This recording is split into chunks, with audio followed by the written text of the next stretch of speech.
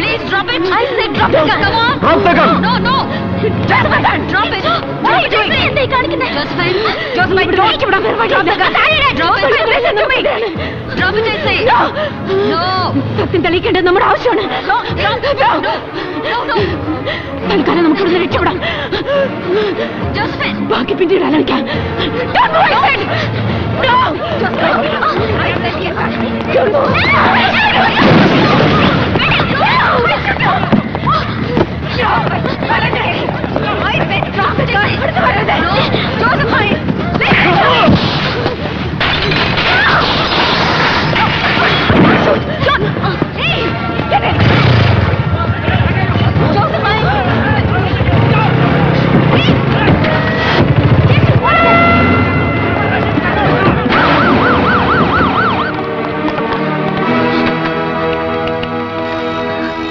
All the checkposts and inform all the stations. Madam. Traffic control room. Got the message? Yeah. Yeah. Police bike lana. അവരുടെ കയ്യിൽ revolver ഉണ്ട്. That's it. Yeah. Madam, Joyശ്രീ madam on the line. Yes. Madam, അവർ രക്ഷപ്പെട്ടു. What? രക്ഷപ്പെട്ടെന്നോ? Yes, madam. നാണമില്ലേ നിങ്ങൾക്ക്? Look, I don't want any explain. Madam, ഞങ്ങൾ എല്ലായിടത്തും messages കൊടുത്തിട്ടുണ്ട്. Madam, can you hear me? ഇവിടെ കിടന്ന ആ സ്ത്രീ എവിടെ? Madam, അവര് ഈ ബഹളത്തിന്റെ എവിടെയെങ്കിലും പോയി കാണും.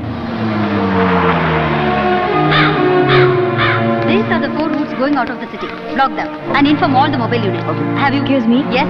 Advocate Soumini. രാധികയുടെ ബെയിൽ ആപ്ലിക്കേഷൻ. പോലീസ് കസ്റ്റഡിയിൽ നിന്ന് ചാടിപ്പോയവർക്ക് എങ്ങനെയാ ബെയിൽ കൊടുക്കുക?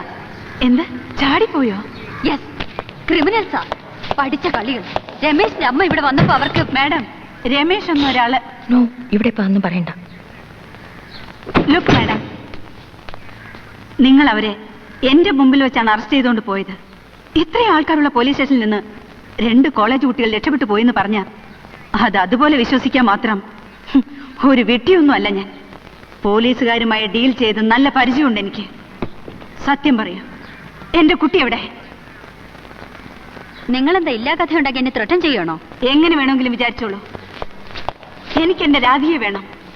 പിടിച്ചുകൊണ്ട് പോയവരുടെ ഉത്തരവാദിത്വമാണ് തിരിച്ചു തരിക എന്നുള്ളത്. If I file a habeas corpus, you will be forced to do it.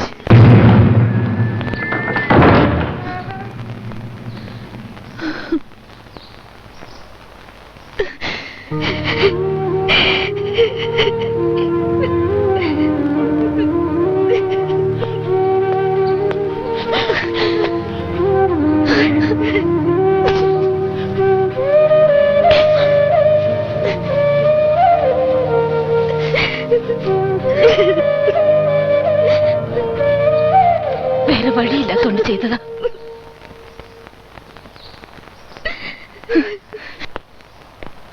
ഇല്ലാത്തൊരാള്, അയാൾക്കൊരു ശത്രു, പിന്നെ അയാളുടെ ഒരു അമ്മ.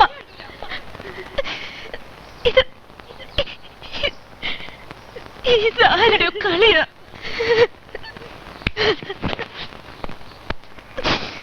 തൂക്കുമരം, അമ്മയുടെ മുഖം എല്ലാം കണ്ടു. ഒരു നിമിഷം ഭ്രാന്തായിപ്പോയി. ആ ഗീതയായിരിക്കോ ഇതിന്റെ ഒക്കെ പിന്നെ? പക്ഷെ അവൾക്കിതൊക്കെ ചെയ്യാനാവോ? അവൾക്കല്ലെങ്കിൽ വേറെ ആർക്കാ നമ്മളോട് ഇത്ര വൈരാഗ്യം? ഞാൻ പറയുന്നൊന്നും നീ കേൾക്കുന്നില്ലേ?